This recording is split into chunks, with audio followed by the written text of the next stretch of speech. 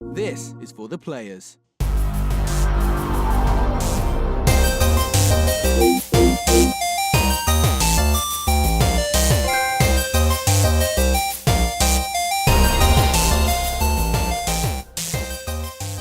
I'm Ryan Betson. I'm Josh Saunders. And this is For the Players, the PopCulturists PlayStation Podcast. Over 40 years of playing PlayStation and 6+ years in that games media combined with we throw our hats into the ring and join that PlayStation conversation.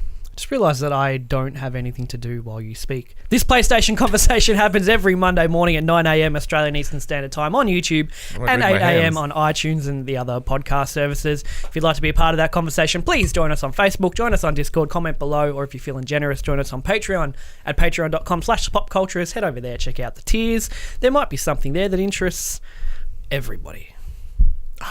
Mixed it up. Go. And if you want to show the lovely pop culture for the PopCulturists on your body and be matching with us, apparently, head to popculturists.com/shop. We can buy your own For the Players merchandise, as well as all the other brands that we've got, like Josh and me on shirts. We're the brands here. The thing is, my shirt was Angry Old Man with the aviators and the beard. Yeah. And I left the aviators on the roof and the beard is gone now. Yeah. So it's kind of misleading, Mark. Way, maybe. Just a little bit, bit. And on top of that, we are Twitch affiliated now, so if you want, be sure to head over to twitch.tv/PopCulturists. Follow us there when we do all the streams that are outside of the YouTube ones. There's only ever like one YouTube stream and the rest are all done normally through Twitch. Yeah, Twitch has rules. Twitch has rules, but nicer rules than YouTube in some ways when it comes to streams. And we should also mention that we are doing a big 12-hour stream to celebrate the 1,000 subscribers here on that YouTube channel. It'll be on June the 2nd from 12 p.m. Australian Eastern Time to 12 a.m. Australian Eastern Time. AEST, yeah. So from 12 p.m. to 12 a.m. on the 2nd of June, we'll be playing a ton of games. Got a bunch of giveaways. It's a lot of cool shit happening in a 12-hour period. So you'll be there, I'll be there, Dylan will be there, Dave will be there, Jess will be there. We'll have special guests like Paul, recurring guest, and Jono is dropping by later in the night as well. Nice. And I'll see who else we can swing. Come by PopC and hang All-Stars. out. Yeah, PopC and friends.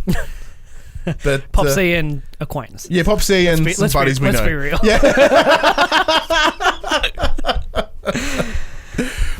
What is pretty much, For the Players featuring Paul at this point. He's here quite a lot. Yeah, much to the chagrin of Jono. See, that's why Jono's coming. I'm like, hey, Paul's coming. He's like, what time do you want me there? How you been, man? Swell. Very swell? Swell. Just swell. Just swell. Yeah. First of all, what inspired the beard grooming? Well, okay. Picture this, right? Okay. It's gotten all wispy and tangled with knots and all that. Mm-hmm. And I'm working a job as an air conditioner repairman. Got the unit open, the fan that's like this big. Yeah, big fuck off fan. Yep. Spinning, it'll chop your fingers off. But the fans have very little grooves in them. Okay. And I'm leaning over it and I'm doing my thing. And I can feel the wind of the fan on my beard. I'm like, if one of those grooves gets caught in a tangle, in the knot, my chin is gone. Yeah, your jaw is gone. So, yeah. That's just safety. That's a pretty good reason. Plus, it just got out of control. Yeah. And because what I've been doing, because we're about to head into our sort of our E3 prediction-y things, which we will be doing in that 12-hour stream. We'll be hearing our PlayStation predictions with the live for the players, and then right after that, we'll be recording our general predictions for all the other conferences. Conferences word. Yeah, that's the plan anyway. Thanks for giving me the heads up. Yeah, we're pretty sure it's in the schedule that I haven't finished yet. So, bam. Well, you said you hadn't finished it, so I didn't bother reading it because you would have changed it. Because you would have changed everything by then anyway. That's okay. That's what I'm looking at doing anyway. So, in that, where was I fucking going with that? The stream predictions. Somehow we got to that from my beard getting ripped out of my face. Oh, yeah. So I went back and I watched some of our old E3 predictions to sort of see how we did it, to see, what we're bringing over and what we're continuing with. Yeah. Last year's E3 predictions, your beard was like down here. Yeah. Like it was a beast. And then put a shirt on the day before, and I had to like untuck it from the collar, and I thought, this is a little bit too much now. But like that was when it was straight as well, so it was like bam, and it's just that was a beard, quality beard. Yeah, well, I think it maybe took a few years off, maybe. You can see my neck. Yeah. So I need to hide my neck. I got too much neck. Got like 4 of them. Yeah, so that's put a few away. Why I need to hide them with the beard.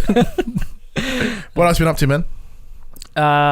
I drunkenly resubbed World of Warcraft last weekend. Oh yeah, I remember getting that photo like 2 a.m. Yeah, that was about 12:30, I think.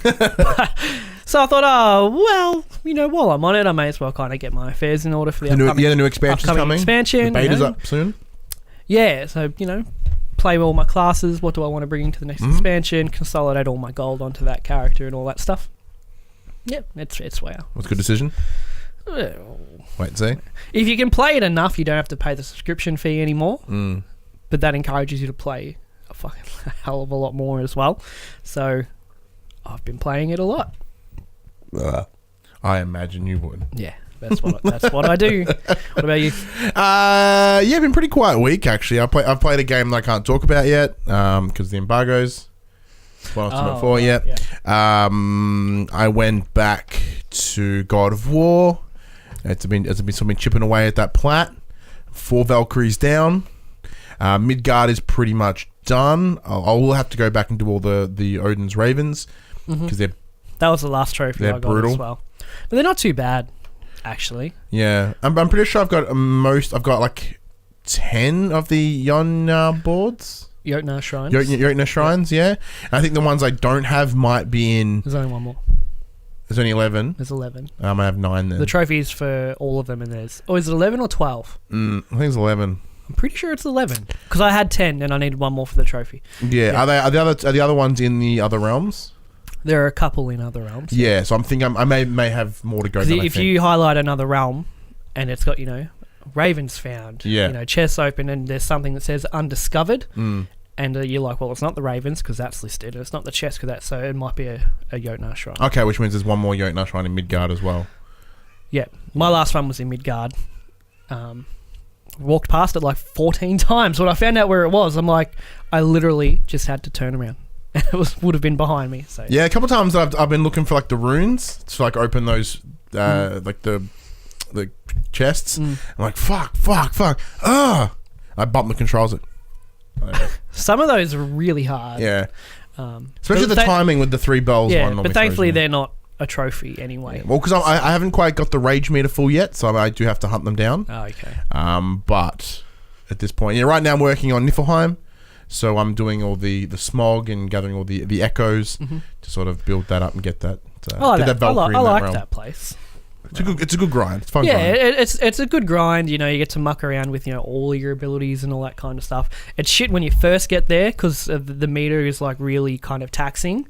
But once you're in there for a bit and you kind of get a few things to help you stay in there a bit longer, you can stay there infinitely, just about. Yeah. So.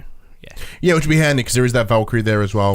There's a Valkyrie there, and there's also a trophy to unlock all the treasures that are in there as well, which is where that grind comes in. Yeah. No, very cool. Very keen. I'm enjoying I'm still enjoying it a lot. I installed Fortnite on the PC and played it. I survived better. It handles better because to me it feels like. It feels like Fortnite, and I've played so much Fortnite on the PC, it felt right to play it on the PC. I still got stomped, don't get me wrong. I got wrecked in Fortnite. I wasn't very good at all. Yeah. But it felt better to play. Did you play the Thanos mode at all? No. That's very cool. Because if I want to get stomped, let's get stomped by one gauntlet drops just after the buses left the zone. Someone picks up the gauntlet and they turn into Thanos. Yeah. And then if they die, you can run over and pick up the gauntlet. And, so it's like a boss in the map. And it's cool to see, you see 3 other people in Thanos and everyone's like, is this guy going to shoot me or are we all teaming up to take out Thanos? And, a lot of the time you'll team up and take out Thanos, but then you fight over the gauntlet afterwards. So it's cool. Just that moment of unity. Yeah, the moment of unity, or just getting shotgunned in the back. Yeah. The enemies are my enemy and my friend sort of thing, yeah. But it's a very fun mode. I'm keen to see what more mashups they're going to do. That's a pretty big crossover event. Yeah, I read it was something about 2 of the execs at Marvel said on an interview or something somewhere that they enjoy playing Fortnite in their downtime. So Epic reached out and said, "Hey, can we do something cool? we can do something cool because the theme for this current season Space pass and is like aliens, space and yeah. aliens and all that." So maybe and they did. So it's cool. I'm keen to see what else they're able to do. And what I like about it is it's Thanos in his armor too. Yeah. Not Thumbnos. Thumbnos. Yeah. I've seen a clip where someone picked up the glove. They had like the Care Bear outfit, but the Thanos skin didn't load, so they're in the air like looking at their pink fist, and they were Thanos in every respect except the skin didn't change over. I do like all the emotes, everything crossover as well. Yeah. Yeah. Couldn't you see like Thanos? Thanos doing like the orange justice dance. And the popcorn ones. I saw a clip. You know in Avengers 1 how there's that big panning camera around them all where they're all like, the big Avengers shot, the way that everyone... Because there's green screens in Fortnite now. Oh, what? There's green screens, so people can record in front of the green screen in their replays and then do cool shit. So someone's put Thanos eating the popcorn, like in between the Avengers, and it's like the camera's panning around. Because the popcorn emote is the Deadpool emote, where because Deadpool wears a mask, he's just like throwing popcorn in his face, which comes out next week, my man. Yeah, I don't care. I don't think I see it. No. I think we've prated on it a little bit. We have a little bit. Okay, this is where we jump into the news, where we tell you about what's happened this week in the PlayStation world. Number one, Sony has announced its E3 showcase, which will take place at 6 p.m. Pacific, 9 p.m. Eastern on June 11. That's 2 a.m. June 12th in the UK, and most importantly, 11 a.m. June 12th in Australia. I will be streaming that bad boy live. Josh may be there with me, hopefully. What day is that? It's a Tuesday. Let me see. Tuesday. Yeah, I can do that. Yes. Josh and I will be doing our live reacts. I'm not finished. And talking I'm there. not finished I'm with this. I'm selling in between, so we'll be there. Come watch with us. This year, 4 of Sony's own titles will feature prominently in the show, with Sean Layden, chairman of Worldwide Studios, saying that we'll get a deep dive with the quote Big Four: Death Stranding, Ghost of Tsushima, Spider-Man, and The Last of Us Part 2. Sony's conference will have, quote, have stellar announcements from third-party publishers and independent developers as well. That's just your usual PR chit-chat. E3 this year will feature, another quote, E3 this year will feature exclusive looks and deep dives on 4 upcoming titles, 4 of our big titles, he said in the latest episode of PlayStation Blogcast. We have great content, we have fantastic updates, I think everyone will be thrilled to see it, and we're taking kind of a different angle on how we're bringing it out. Like omitting Days Gone from like and Dreams. Yeah, I mean our big 4, Death Stranding, Ghost of Tsushima, Spider-Man, Last of Us Part 2. What's Days Gone? Like, what's happening? Well, Days Gone. So they've just done a thing with Game Informer where they've just pretty much dropped like 50 minutes to an hour of straight up gameplay. Like, hey, here's reasons why you should be hyped into it. And it is kind of like, as you, Joel, and I were chatting. So Joel, from Anagame, we were bullshitting about Days Gone and how this is almost like a push to like, please pay attention. Please pay attention. Please because Sony's obviously not. Like, I don't understand why. Well, I think they ideally. Fuck Death Stranding off out of that big 4. Get it out of there. Death Stranding's ages away. Days Gone supposedly releasing in the next, well, you'd imagine the next year. The next 8 months, yeah. So, like, it needs more of a push because, no one's really talking about it. And like, understandably, Last of Us is a big pull. Spider-Man's a big pull. Ghost of Tsushima, I think, is a big pull for those that care. I'm keen as mustard for Ghost of Tsushima. See, I'm more keen for Days Gone, personally. No, I'm not. I'm cool with Ghost of Tsushima being in there. Like, I'm really happy. See, now I did see another article as well, which I think may have hindered my thought process on this. And so I think they said something along the lines of similar to what they did with PSX. Now, PSX was well and good. It was the whole idea of we're going to have a bunch of couches. Everyone comes in and has a chat and bullshits about the game. Like, no, if that's what that is this year, I'll be mighty butthurt. Do you honestly believe Sony would do that at E3? Like, come on, man. Look, when you only have 4 games like to talk, like when you have 5 games to talk about and then 6 games and you're only picking 4, 2 of which aren't out for the next 2 years. Like, this is a conversation we had a couple weeks ago. Like, do they have anything to surprise us? Maybe they do. I bloody hope so. I said I think they're on such a good track record with what they've done at previous E3s. It would be silly to make that change. But at the same time, it's been that way for 3 years. Do they feel the need to sort of change it? For some reason? I don't know. We'll see. But I guarantee you they're not going to have 8 devs sitting on a couch bullshitting for half an hour. I fucking hope not. not a chance. Nothing. They know that is shooting themselves in the foot. Yeah, nothing stomps E3 like people bullshitting. People talking. Just show us the trailers. Get the dev out. Give us a 3-minute quick rundown. Remember when EA 2 years ago bought out some old soccer player and they talked to him for 15 minutes? Everyone's like, what the fuck is this? What about, was it last year? They had that, Twitch personality trying to talk about Need for Speed or something. Oh, that was horrendous. That was so bad. I'm cool with it happening if stuff like that happens where we can look at it and go, this hurts to watch. This is why I love live streaming with people, because we're all chatting and bullshitting ourselves, and it's like, what the fuck is? And everyone's like, oh, what the fuck? I'm like, oh, we get to share the bullshit. Mm-hmm. Streaming. We'll find out. They'll be fine. Yeah, they'll be fine. I hope it to be fine. I really do. But who knows? Can you put the TV on for a sec? I get real paranoid that for whatever reason the audio is just going to stop. I do it all the time. There's actually a moment in the video last week where you literally see me stop. We're talking and I go. Yeah, it's weird not seeing it. Number 2, God of War's photo mode is finally here with the update 1.20 available on PS4 right now, and Sony Santa Monica has given players a glimpse of what lies in store. They revealed the photo mode last month, showcasing options to change depth of field, camera angles, and add filters. As well as fiddling with all those bells and whistles, photo mode will also let players change Kratos and Atreus' facial expressions, which make for some fun pics considering Kratos usually only oscillates between angry and angrier. There are 5 tabs in photo mode menu: camera, aperture, filters, borders, and characters. All of the customization options can be found within them. Yeah, I had a lot of fun dicking around in it. Yeah, I've seen a fair few on Reddit that are really I've seen cool. some axes into a creature, and then the fucking face was like, axe me! You know what I mean? It's like, right, what would have been an angry face? He's like overexcited that he's axing this where dude. They're fighting one of the giant trolls with the logs, and Atreus is just like just fucking panicking. And then there's Popeye eyes, there's a lot of really cool shit to do. And I'm pretty sure, I think I've seen one that's not the Photoshop of Kratos with just a really little smirk, just a tiny, just a little, and it's not like fucking horrifying like the one where it was, with the seagull in the background. Yeah, unnecessary. That was the big old grin. Yeah. But since Horizon did their photo mode, I like how they Horizon's had it, Uncharted had it, Last of Us 2 will more than likely probably carry that over. Yeah. It's just a cool feature, and people are really, really good at, better than me. I'm going to spend 10 minutes perfecting this image, and I'm like, yeah, that's great. Then I hop on Reddit and see someone's like, I took this screenshot, and it's amazing. Yeah. My only problem is there's a bunch of cool shit in the story that I'd love to get photos of. Yeah, I missed a lot of opportunities for really cool photos. I've taken screenshots, but... Yeah, I've got tons of cool screenshots, but if I want your cool moment, add little vignettes and kind of fuck with it a little bit.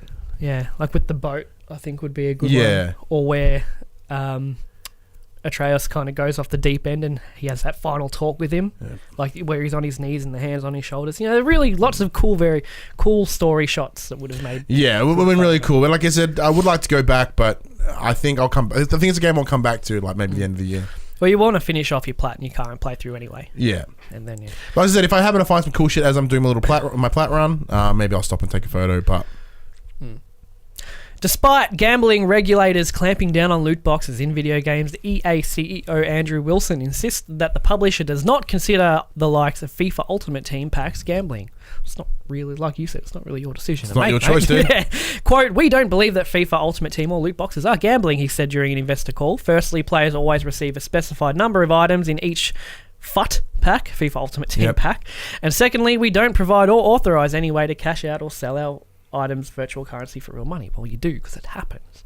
Wilson also addressed the sale of in-game items through third-party sites, which has become the crux of some arguments for loot boxes as gambling. Quote, "While we forbid the transfer of items or in-game currency outside the games, we also actively seek to eliminate that where it's going on in an illegal environment, and we work with regulators in various jurisdictions to achieve." So they're essentially saying hey, we don't say it's okay, that it still happens, but we don't lock the items, so you are able to. I guess you can trade them, I imagine. I don't know. I haven't played FIFA. Yeah. I haven't done it. But there might be. But they're because you can just to say I don't know, take the trading out of the game. So if you've got the item in your account, you can't give it away. There must be a way in FIFA to trade items or something. So yeah. As I said, it's not up to them. It's not their decision. if you're doing the thing, it's like, hey, you killed, like, murder's not that bad. I've just killed 3 people. Like, I'm not, like, as in, I'm not the one to say that murder is good or bad. You know what I mean? Like, yeah. I think I understand why they would make that statement, and they're getting caught in the technicalities there. It's like, look, I may have had weed on me, but I didn't have enough to sell. So come on, right? Like, technically, I'm under the limit of drug trafficking, but it's still possession. Like, that's what it is. It's getting right in those little techniques. They've essentially just pulled out the no you. They're like, no. Yeah. No, you're gambling. What? Yeah. Fuck them. Fuck them. More on EA. EA is teasing a Battlefield reveal coming later this month, which tells players that, quote, on May 23rd, Battlefield will never be the same. The teaser website isn't much beyond a blue background with May 23rd, 2018 emblazoned across it, accompanied by the hashtag, quote, Battlefield. The URL includes the slogan, never be the same. The website discovered, thanks to a Battlefield 1 Easter egg, was shared on Reset Era. Forum members are speculating on whether the announcement will be a trailer for Battlefield 5 or whether EA will be introducing Battle Royale mode to the series. Now, we know they're already working on it. They've said previously. They have mentioned they'll be about Battle Royale. They were looking at how they could take Battle Royale to Battlefield. I think the Battle Royale mode using Battlefield would be probably the best one of the best implementations of it, because what I love about Battlefield is the destructible environments. So if you've got some fucko hiding in a building, here comes tank. Fortnite does that already. Yeah, no, Fortnite does it too. But yeah, like, as in, but Fortnite's I get what I know. Yeah, so with Battlefield being a bit more realer, it'll have that a bit more. If it is, I'm sorry, PUBG, but your time's up, man. PUBG's done, man. If Battlefield come out with a Battle Royale, PUBG is gone. So I'd imagine the announcement's either going to be Battlefield 5 or, big patch coming for Battlefield 4 with Battle Royale. Well, yeah, Battlefield 1's still broken at this point. Oh yeah, I remember. Yeah, and so a lot of people are going back to Battlefield 4. Maybe all this announcement is for, we fixed the service. You're welcome. Never be the same again. Like, remember when it was broken? Yeah. It's not that anymore. It's not the same. Yeah. So I have heard on the rumor mill that the new one will likely be a futuristic. Oh no. Because they can't do World War II, because Call of Duty just did World War II. But like I said, they're looking to go back to like Battlefield 2049, something like that. Okay. Very similar to that, apparently. Or what I'm personally hoping for is Battlefield Bad Company 3. I loved the Bad Company games. I know. They were damn good. Never got into them. Something else I never got into, but this is pretty cool anyway. Yeah, pretty cool. Parappa the Rapper's relatively recent remaster is actually an emulated version of the PSP release with some new textures. Some amazing technical tomfoolery from hackers working with cracked PS4 consoles has revealed that the rhythm game is running on a UMD disk image, identical to the original handheld release. Further work has enabled code junkies to install and run other PSP games on their PS4 console. It's probably safe to assume that Patapon and Loco Roco are using the same technique, leveraging PSP code and then adding 4K textures in to complete the remaster illusion. This, of course, opens the door to more PSP ports and emulation. Our guess is this is from Press Square. Mm-hmm. Press Square. So our guess is that the upcoming Medieval remaster will be based on the PSP re-release as well. Of course, that's not going to go down well with everyone, as many consider that version to be inferior to the original. It's fascinating to see this tidbit come to light, though. That means that the PS4 now has both PS2 and PSP emulators, neither of which are being used to their full potential. Well done, Internet. Go hackers. Woo! Well done. Second, I don't think the Medieval is a full remake as far as I'm aware. Yeah, it's going to be from what I know. Same as Crash and Spyro for Medieval. But there is a point there, there is functioning PS2 and PSP emulators on the PS4. Like, it can be done, but they're just not doing. Like, they're picking and choosing what games get put through there. Yeah. But, it's just when I read that, I was like, it's using the original UMD disc image. I'm like, whoa. Well, it's like all those times that Nintendo, because an example is like Nintendo don't, the original, not Super Mario Brothers, the original Mario game, like the the original Donkey Kong game with, like the ledges. They don't have the original copy of that. They don't have the original code. So they have to use an emulated version of it. Yeah. And like a lot of the games that are re-released, that were released on Virtual Console, were straight up pirated ROMs. Yeah.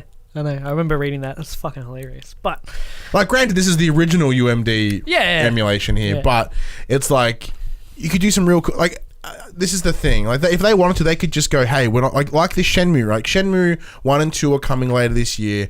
They are straight up ports. There is no remastering. Like, it's literally the same shit. They could, if they wanted to, they could just throw a bunch of old games on there as they are and go, it's going to get up-res. PS2 Virtual Console. Yeah, in that same vein. Yeah. But they want. And why can't they play PS1 games on there? That's my question. I think we're too far in the PS4 life cycle for them to decide to do that. Yeah. Maybe PS5, they'll be like, okay, we've got such a big back catalogue now with, PS4 all the way to PS1. We've done some things, cool things. It'd make the PS5 announcement when it comes like that much more like, holy fuck, like we can finally do this. Yeah. As for PS4, I think we're too far in. See, this could be the seeds of a big change. Maybe. You know what I mean? Like, this is something that is like all these little tidbits are here. There's little tastes of things that they're working on that maybe might show themselves up at a later date. Or, we're just lazy. Yeah. Top selling games for week ending 6th of April 2018, starting number 10, NBA 2K18, number 9, Minecraft. Number 8, Yakuza 6. Number 7, Rainbow Six Siege. Number 6, GTA 5. Number 5, COD World War 2. Number 4, Destiny 2. Number 3, Crash and Sane Trilogy. Number 2, Far Cry 5. Number 1, of course, is God of War. Oh yeah, speaking of Rainbow Six Siege, I got your copy on the table. Yeah, you did. Thanks. Yeah, Thanks. I found, I was like, Thanks, man. We're getting a lot of recommendations to play Rainbow Six Siege, right? For a lot of the community members, like McLovin and Steven and like all these people, like, you gotta jump on Siege. Like, Siege is fucking rad. I'm like, okay, cool. I thought $42 for, pre-owned. I'm like, okay, that's enough. And then I'm like, oh, it's part of the 2 for $40 deal. So wait, hang on, can I get 2 copies of Rainbow Six for $40? Turns out I can. I'm like, for a $20 investment, even if it sucks balls, it's gonna be good. I reckon it'll be some good fun at least. Yeah, mate. We'll see. We'll give it a bill. Yeah, I'll give it a bill. It depends on the community, the Rainbow Six Siege community. Yeah. So am I going to get on and then just get fucking reamed because I don't know what I'm doing, or are they going to help? See, but that's the thing. So we'll have you, we'll have me, we'll have Steven or Peaky and McLovin, and they'll jump in and help us out, and we'll be able to get our basics down with friends of the show. Yeah. And maybe chop that in the stream as well, if it all goes well. Yeah, we'll see. Oh, good. All right, that's it for the news. Now it's time that we have a chat to the players about the great Walmart. I fucked it up. The great Walmart leak of 2018. Video game leak of 2018. The great Walmart video game leak of 2018. There we go. Did you get the year wrong? You had a really bad day. Did you say 2017? No, I said 2018. Oh, good. I'm like, yeah, you said Walmart wrong. And then you're like, wait, no video games. Wait, no 2017. Wait, no 2018. Did I or did I not get there? You got there. And now you're just prolonging it by teasing me. Well, no, because as I was listening, I'm like, yeah, like, wait, what? Did you say 20? That wasn't a tease. That was like, hang on, did we get the year right? Anyway, I was me not paying attention. An image surfaced from Walmart's website listing a whole bunch of games up for pre-order. Now, most of which we knew about, but there's a handful that haven't been officially announced or even spoken about yet. So I thought it'd be fun just to kind of go through the list and just talk about each one. Or each one, the ones that really kind of stick out is like, whoa, no way. Maybe spoilers in this for future. Because the thing is that a lot of these are just that none of them have cover art. And they're all placeholder prices. EB Games does exactly the same thing. The Last of Us 2 trailer came out. You can pre-order it at EB Games right now. Question. Is this from Walmart US? Yeah. We don't have Walmart in Australia. No. I mean, like, not Walmart Canada or anything like that? Canada. Huh? Apparently, it says Walmart_CA_leak. Okay, cool. Because I looked at all the prices. No, so $80 instead of $60. Oh, no. I'm like, if they just announced they just start jacking up prices in the US? No, Canada's in between. I believe it's in between. Yeah, in terms of currency, it's put into that makes more sense. So yeah, I mean, a lot of these games we already knew about. You can already pre-order most of them on EB Games, despite there being no reason to. But there are a few in there that are like, whoa, that's cool. Spoilers if you wanted to go into E3 pretty much cold, which I wanted to, but Josh was like, hey, let's look at this list. I'm like, okay. No. I said, hey, let's do this. And you're like, I don't want to for E3. I'm like, cool. Think of another topic then. You're like, nah. About like 90 seconds later, like you hadn't even tried. You're like, nah, we'll do that. I had nothing else. Yeah. We didn't even try though. It was less than 2 minutes. I literally was on my break and I had my phone in my hand and I went, fuck. Yeah. I was proud of myself for that. I'm like, okay, it's up to you then. Yes. All right. So I'll skip over the ones that are Xbox. And do I? No, we'll have a good old chat about them, I think. All right. So I'm just going to go left to right, top to bottom. Yep. Tom Clancy's The Division 2. We knew this was coming. This isn't brand new. Yeah. It makes a hunt. Like we'll get into our full E3 predictions at a later date, but I do truly think that we know Division 2 is being announced. I think a lot of details will come out about it at E3. And they've said that I think this year is the last of the updates for the Division, so it makes sense for them to talk about that pretty soon. But it's already been publicly acknowledged that yes, we are doing the Division 2, and it is in development in some ways. Splinter Cell for PS4. That is huge because there's like slight rumor mill, and we know that what's the character's name? I've never played it. Well, yeah, so Tom Clancy. No, the actual Splinter Cell character. It's I don't know. I've never played any of them. He just rocked, like that character just rocked up as a playable character in Wildlands. Oh.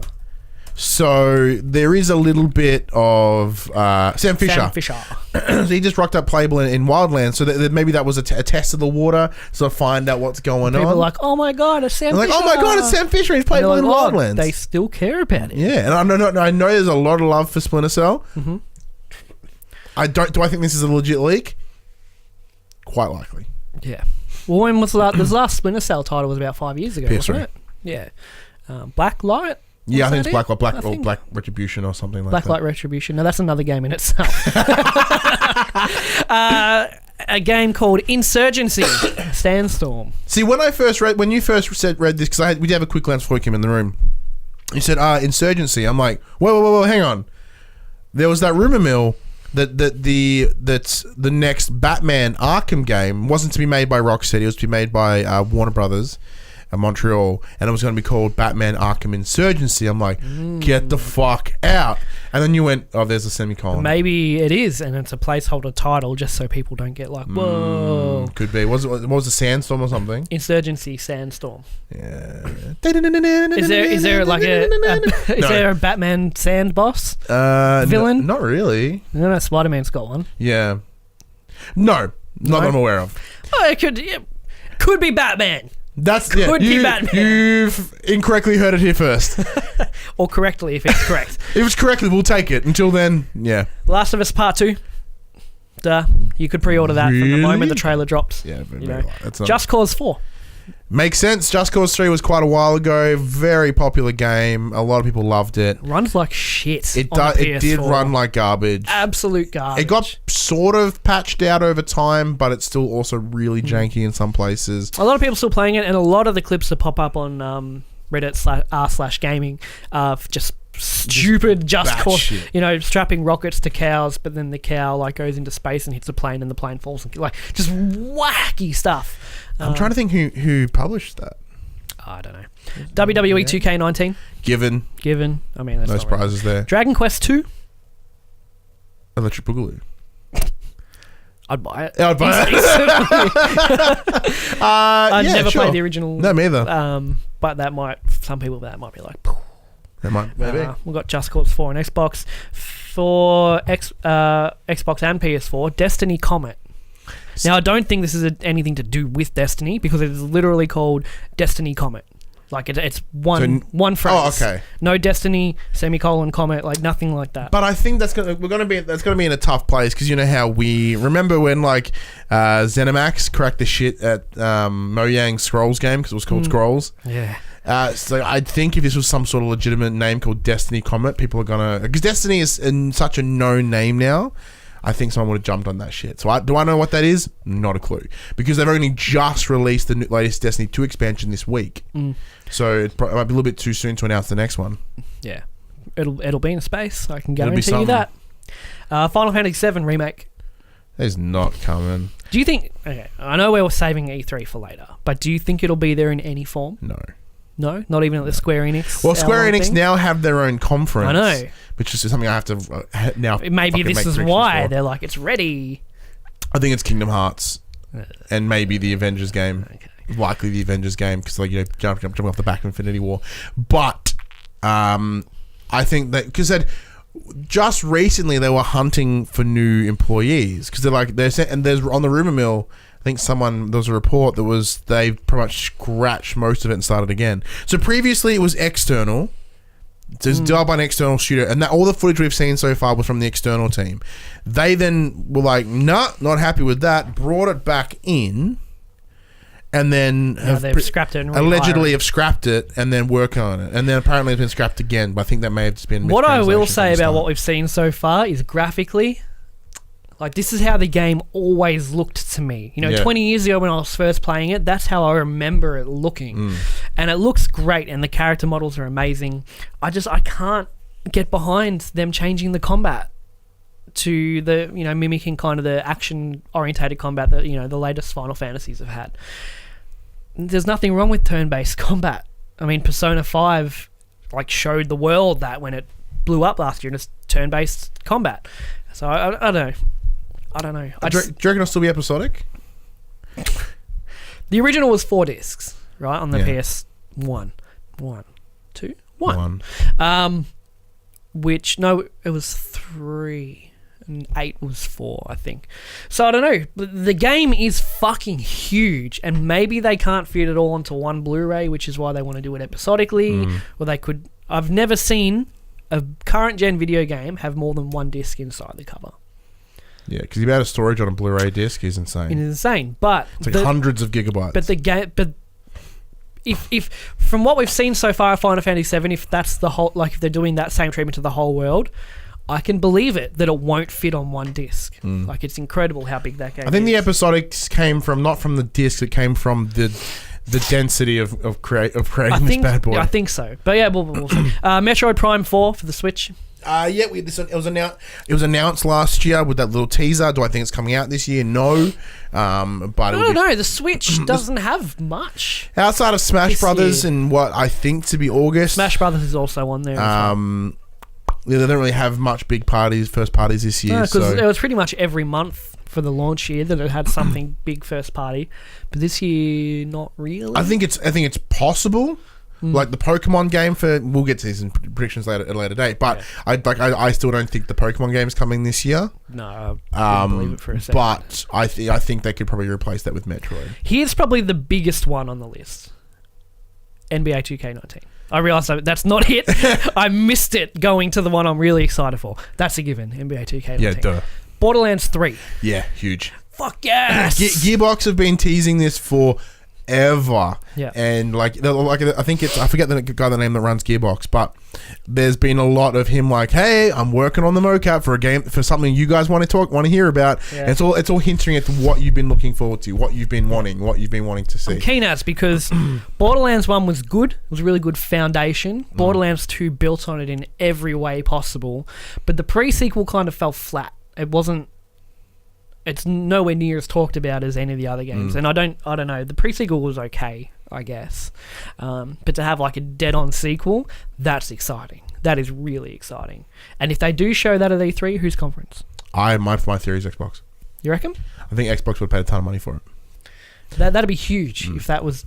I don't care, really. Do you, just side conversation, do you ever get tied up about whose conferences certain third-party games get showed at? Do you care? No. I don't care personally because for me it doesn't really matter. But in terms of the business side of it, if you're looking at it from the business perspective, yeah, that's where it becomes important. Yeah. I truly think, once again, we'll just throw some of my predictions in here and then we'll claim them all together later. I think Cyberpunk will be at Xbox as well. That would be massive. Regardless of PlayStation doing gangbusters. With a report that came out this week as well, apparently it's almost 2.5 to 1. Xbox PS4 to Xbox. Okay. As in, there are for every Xbox there are 2.5 PlayStation 4s. It's insane. That would really help Xbox, I think. I think it will. Because for the average consumer, they see that game at the Xbox conference and go, I've got to get an Xbox. Because I think CD Projekt Red will really want to truly show off what Cyberpunk is visually, and I think... so they're One X. The One X. And I think that's where they're going. And Witcher 3 did originally show up on the Xbox stage as well. So that's why I'm going that way. Yeah. And I think... Honestly... If any game was going to get me to buy a One X, even though I can get it on the PlayStation, of course. Yeah. But Cyberpunk would probably be it. To be like, I want to play this game like the best way possible, which is probably PC, of course. Yeah. But I'm not going to do that. Like, do I think they'll have like exclusive partner deals, kind of like how PlayStation has DLC? No. I think it'd be silly for any company to have exclusive DLC deals with Xbox at this point, because it's just not. It's just silly. Or even, but they can have marketing rights. Marketing rights for sure. But CDPR are on such a good pedestal with gamers that having exclusive stuff to consoles would really just kind of. There's no benefit. Yeah, I just mean like how other places have. Yeah, no, I get that, but I think in this circumstance, I think CDPR are too smart to really kind of divide people that way. Yeah, especially an unnamed Assassin's Creed title. It doesn't say Origins, because Origins is listed just above it for like the Game of the Year edition. Or yeah, I don't think so. They're not going to go back to a yearly release schedule. No, because it did. But they could talk about it last year. Yeah, so they could talk about it and release it next year, maybe. Yeah, I think they might mention that it's in the works, or it's like a kind of like how Assassin's Creed Revelations. Was like a somewhat of expansion on was it Revelations? No, Brotherhood, sorry. Assassin's Creed Brotherhood, which was like it's a separate game, but also an expansion to 2. So maybe something like that, but I don't see them releasing a new game this year. No, they wouldn't. I think they've learned, because Assassin's Creed Origins was received very well. Because of that break. So I don't think they're going to immediately fall back into the old way of things. Lego DC Villains. Yeah, Lego DC game, or Lego games in general, do really well, and they've did a lot of success with like the Lego Marvel superheroes, as well as the Lego Batman series. Makes sense. I enjoy the Lego games for the most part. They go alright. I used to love playing them with Alex, but now he's kind of grown out of them and not back into them. You know what I mean? He hasn't gone over that hump where you come back to what's But they've got very cool references and a lot of lines that only adults would understand, because it's from the Lord of the Rings Lego game, or the Hobbit or whatever it was. I played a bit of that. Talking about stuff that you'd only know if you were grown up like watching the movies, and cool references. You're like but Lego Dimensions kind of fell apart. So whatever. Bummer about that, really. Beyond Good and Evil 2. We know it's coming. It's fine. Yeah. Rage 2. See, Rage is I don't know a lot about it, but I know it's an old Bethesda owned title, or like Bethesda studio, Bethesda owned, not Bethesda Studios. I think it was on PS3. I remember the cover pretty well. I remember it, but I don't remember it at all. Yeah, I remember it being brown. To say Rage PS3, yeah. Yeah, there it is. That's it. Yeah, I remember that. Desolate sort of picture. It's rated pretty well on Metacritic, 81%. Developed by id Software. Okay, cool, that makes sense. Because once again, throwing my theories out there, I did think that Doom 2 would be announced this year instead. But with id working on Doom, maybe they've switched to Rage instead. To obviously not stagnant. Obviously not get people too sour on the Doom franchise, I guess. I don't know, but it may have been given to one of the other guys. I remember it being kind of like a first-person, like Mad Maxy kind of game, like Wasteland, and just looking at these screenshots here, you got the cars with the guns and stuff like that in the desert and whatever. Because I'm once again thinking about what Bethesda's studios are up to. Like Bethesda Softworks will be working on what we can assume is the next Elder Scrolls. There's also rumor mill of their Starland or whatever it's going to be called, or Spaceland.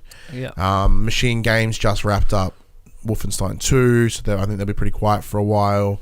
id, Doom 2016. Couple of years, I think it'll at least announce something. But the big thing with Bethesda, as we've come to learn, is they don't like to do the long pull. They want to tell you what's coming out in the next 6 months. And I like it. I like it a lot. So, which I think in that case, it's more likely probably for Rage than Doom. All right, 2 left. For Xbox, Forza Horizon 5. Which is weird because Forza Horizon 4 hasn't come out yet. Yeah, but it'd be like the iPhone thing where it just skips 9. I don't think so. This is where the credibility is like... The credibility waves a little bit. But it could also be a mistype. It happens. Yeah. And the last one for Xbox, Gears of War 5. I think it's very unlikely. I think it is. Although... Gears of War 4 did come out a couple years ago. I do think it's more likely that we'll see a Halo 6 before we'll see a Gears of War 5. Maybe. Because 343 have been quiet for a while. Yep. And after the Master Chief Collection was fucked. Yeah, and Halo 5 Guardians didn't get too well received. I think they've got a lot, and they need people to buy Xboxes. And what buys Xboxes? You would like to think Halo. Well, that's what we thought about Halo 5. With the back in the day, anyway. So I think if they come out with something boss, it will help move units again, and that's incredibly important. It's all for Halo. You know, obviously the story is very important, but it's all in the multiplayer. You know what I mean? If they can bring back even split screen. Co-op on the couch, because they took it out of Halo 5, and Halo was known for the couch co-op campaign with your buddies. Yeah, because we're 100% thinking about playing the original Halo. And Phil, when questioned about why split screen wasn't in Halo 5, Phil Spencer said, people are busy, it's hard to get friends over these days. No, you book that shit, you make time. But then there's also the graphical limitation as well, because these games are running so powerfully and so well. Splitting the screen might be, I don't know how it fucking works, but split screen was such a huge part of Halo. I didn't even experience Halo, but I know how much split screen meant to the Halo community, so they need to bring that back for starters. I think. Indeedy. Now I did reach out to the PopC community as well to see what their thoughts on this was. Liam Walchuk Dumpty says it's probably the actual list, seeing as NBA 2K and WE 2K have a game out every year, so that at least that will be true, which is spot on. That's a given. And Alex Merrigan, I'm not sure how to pronounce your surname. Sorry, dude. Only a handful will be true, as Liam said. But time will tell. But Splinter Cell, yes, plees. Mm-hmm. Yeah, it's worth noting that obviously none of these games had any form of release date. Yeah, and I think many there's only a handful that I think could potentially even come out this year. Yeah. But as we know, you can pre-order games a bajillion weeks and weeks in the future. But you know what time it is? It's the time we talk to you about the games that are coming out this week in a section we called "Coming to the Players." You had good potential for a good segue there. I fucked it, but unfortunately you botched it. I saw where you were going with it. Yeah. But you dropped your fumble. Sure did. Yeah. The new games coming for the week of 14th of May 2018. Animal Super Squad PS4 digital. A semblance missing an S. Oversight. The oversight was spelling the first word in their title. Azure Reflections PS4 digital. Dragon's Crown Pro PS4 digital and retail. Read the description. Journey to the Kingdom of Hardland and seek the Dragon's Crown, one of the most beautiful 2D action RPGs in history.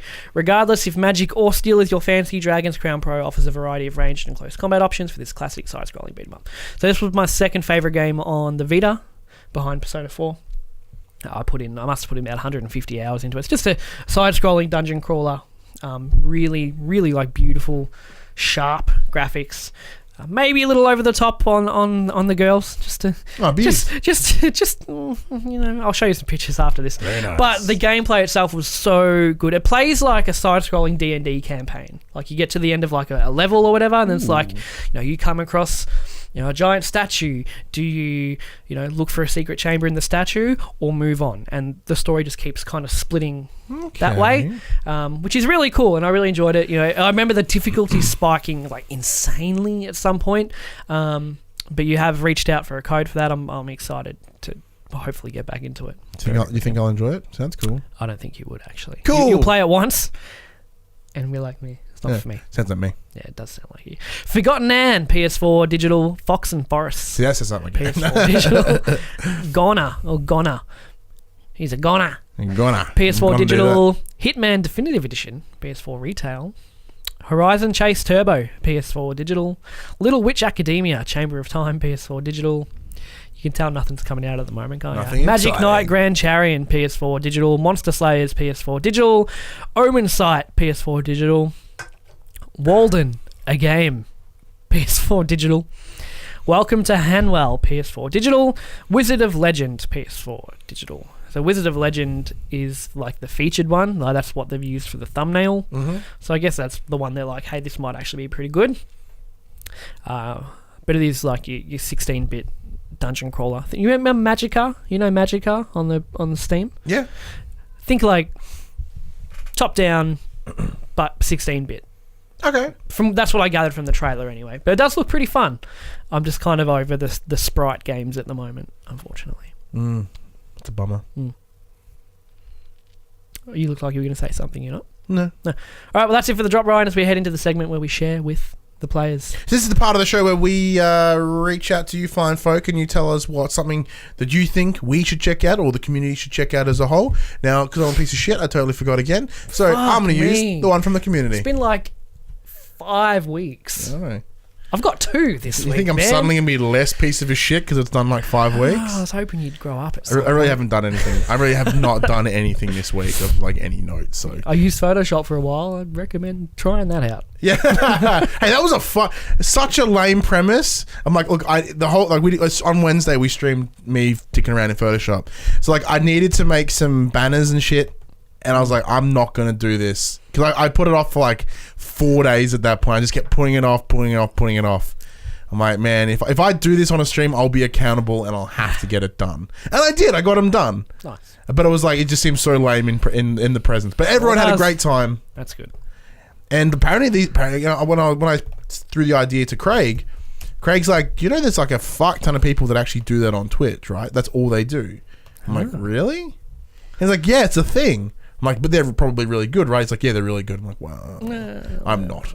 But no, it was a fuck ton of fun, and I do have some other stuff to make in the future, so I'll probably likely do that as well. Keeps me honest, which is good. So because I'm a piece of shit, I'm going to use Jess's. So Jess jumps in and says her recommendation, she thinks that everyone should go watch Batman Ninja.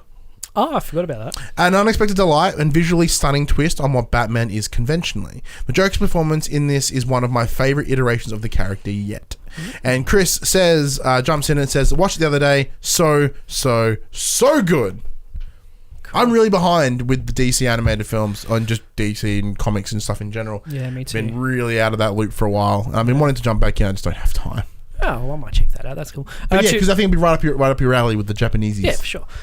2 things. One of them is music. Parkway Drive released a new album about a month ago, and I stumbled across. I was listening to Triple J while working the other day, and it was their feature album of the week. Like this song is dope.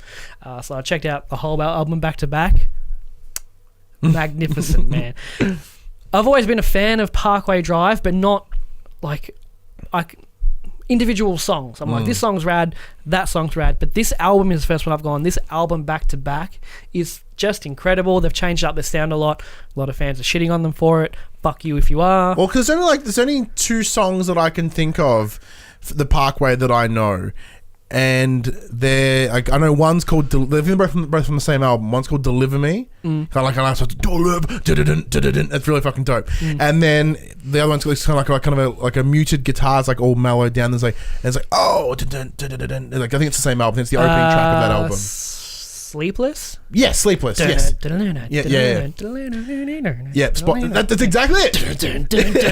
Yeah. But like this album to me seems to like anytime a big band like this brings out a new album, you get the old time fans like, you've changed too much, but then they keep the same sound, like, you never evolve your music, and it's hard. But to me, this album just has a lot more depth to it. Like, there's a lot of there's some songs have like some real like Viking like chanting in the background and stuff, really melodic. There's a great interlude called Cemetery Bloom, which is just him singing behind like chanting, and then like drums kicking like in a real like dung dung dung. Just real epic stuff. It seems like it's just a lot of depth to it. It is so good. What I loved about those 2 songs in particular, as an example, because I was wanting to see whether this is continued, like that style of vocals can wear on me thin really quickly, like it wears that real fast. But what I love about it, sound-wise, it literally feels like you're being with a wall of fucking sound. Yeah. As in, like, a lot of songs you'll get like some parts of it is just like, duh, yeah. Here's everything. You're like, ugh. Nah, so from what I can tell, they've kind of pulled back a little bit from that, but had to have a bit more variety in the vocals. There is proper singing, there's speaking, there's like not rapping, but like da da da da da da da, and then it's like the real heavy stuff. All right. Seems to be a lot more variety. Okay, now you've piqued my interest. That was my question. Like, although I always love those handful of songs, it's just like I can't do the whole thing. Yeah. But there's levels to it. Yeah. Instead of just noise. Oh, for okay. 40 Well, in minutes. that case, look, we'll jump in with a reference. Mine has it's music as well. Okay. Not with my recommendation, so I'm not a reference. Mine is an album from like the fucking 70s. Yep. It's Fleetwood Mac Rumors. Jokes aside, this album is fantastic. Like front to back. I've listened to it for the last like 2 months, and whenever I do, I listen to all of it. Yeah. Like it's not when I'm like, oh, I'll jump into one song. I'm like, nope, it's all of it. Because it's so good. There's a lot of songs on there that people would know. Like Landslide is a big one. I can't think of the names. They're in my head, but I can't get that. Like Go Your Own Ways on there as well. Yeah. You Make Love and Fun, and there's another one, but it's one of them I had no idea was a Fleetwood Mac song. And then I went and listened to it front and back. I'm like, get the fuck out. And then no, that's my recommendation because I had to put something in there. You got me in the because I never remember what music I listened to. Parkway Drive Reverence, check it out. And Fleetwood Mac's Rumors. And the second thing I want to recommend, just quickly, I stumbled across a TV show on Netflix last week called The Good Place. Oh, fuck me dead! That show is funny as hell. Is that the animated one with Nick Kroll? No. Main actors are Kristen Bell and Ted Danson. Okay, that's a weird. I haven't seen him in a while. He is incredible in this. So the premise is the main character, Kristen Bell, who plays Alan, died, and she went to the good place. There's a good place and the bad place, right? And each good place has an architect who builds it into like your paradise, and you get paired with people with similar personalities and paired with your soulmate. So it should be your version of heaven with other people. Is her soulmate Ted Danson? But the thing is, no, Ted Danson's the architect of the place. So he's like he's like the ageless being, but in a human form. Thing is, she's a real piece of shit, and she shouldn't be there, which causes all kinds of problems. So she's trying. So her soulmate, who isn't actually her soulmate, he's a professor of ethics, so he's trying to teach her to be a good person, to deserve to be there. But she's just a piece of, like, think Always Sunny, like she's just a piece of fucking garbage. Ooh. But she has to keep the act up, or she gets sent to the bad place where you're tortured permanently forever. Yeah. Just great performances, original story. I think there's 2 seasons on Netflix. It's just a fun watch, man.